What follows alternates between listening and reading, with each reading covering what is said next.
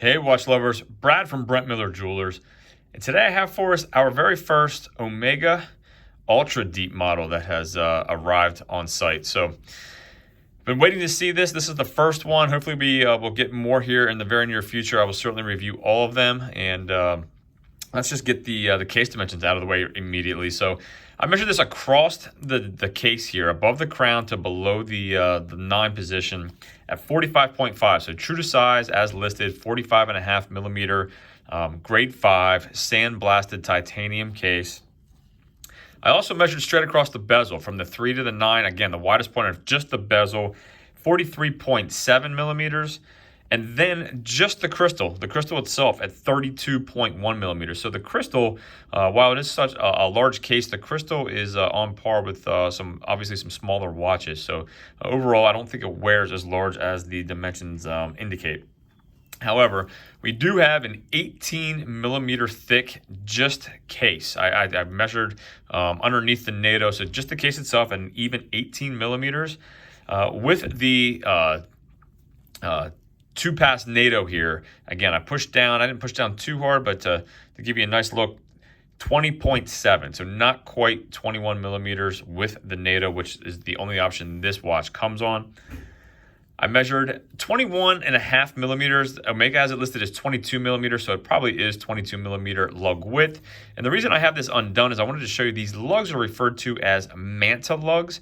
I was expecting them to be fixed bar completely similar to the Tudor FXD, but you can see there is a space between them on both sides. So left that undone. I'll buckle that up when I try it back on, but wanted to point that out. This is running on the Omega caliber 8912. 60 hours of power reserve. I'll show you the case back here. Again, sandblasted titanium. You can see the hippocampus logo there. And again, coaxial master chronometer. 6,000 meters, not 600, 6,000 meters water resistant. Weighed it at 123.2 grams. So as large as it is, as thick as it is, only 123 grams on this NATO strap. So it is pretty light, given the size.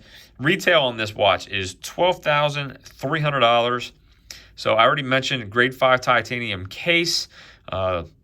We do have a black brushed ceramic bezel with, I believe it's liquid metal is what I recall, liquid metal on the bezel itself here for the diving scale. On the dial itself, we have white gold markers filled with superluminova. And then we have a beautiful blue. I think the blue color on here is great.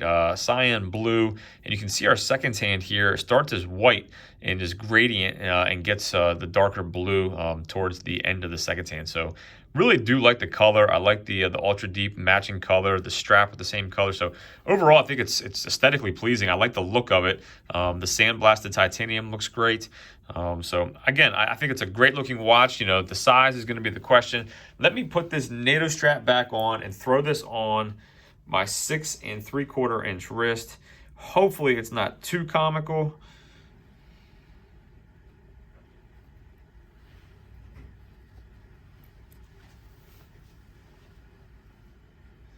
Again, you have a titanium tang buckle. I'll show you that here in a second. Move this up. Having a hard time getting that NATO through. I apologize for the delay. Here we go.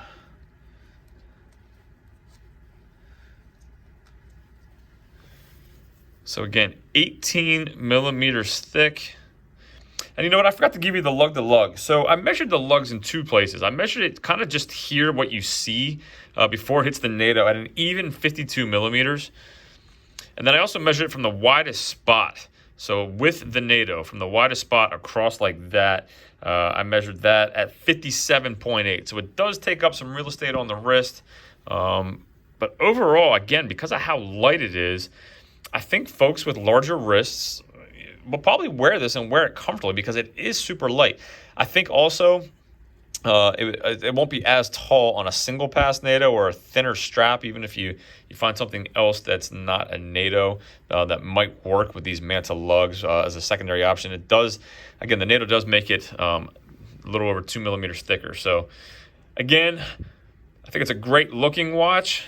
The size, the case thickness, may not be for everybody. Give you the bezel action here. Nice crisp bezel action. A little lighter on the bezel action, and I don't know if it's because it's titanium or not, than what I'm used to on the Planet Ocean. It does feel a little, not a bad thing. It's just I feel like it's not as difficult to rotate as what you would see on the Planet Ocean. I'll have to do a comparison of these side by side at some point. So again, thanks for viewing. If there's anything I can do, I almost ended this. Let me show you Loom real quick.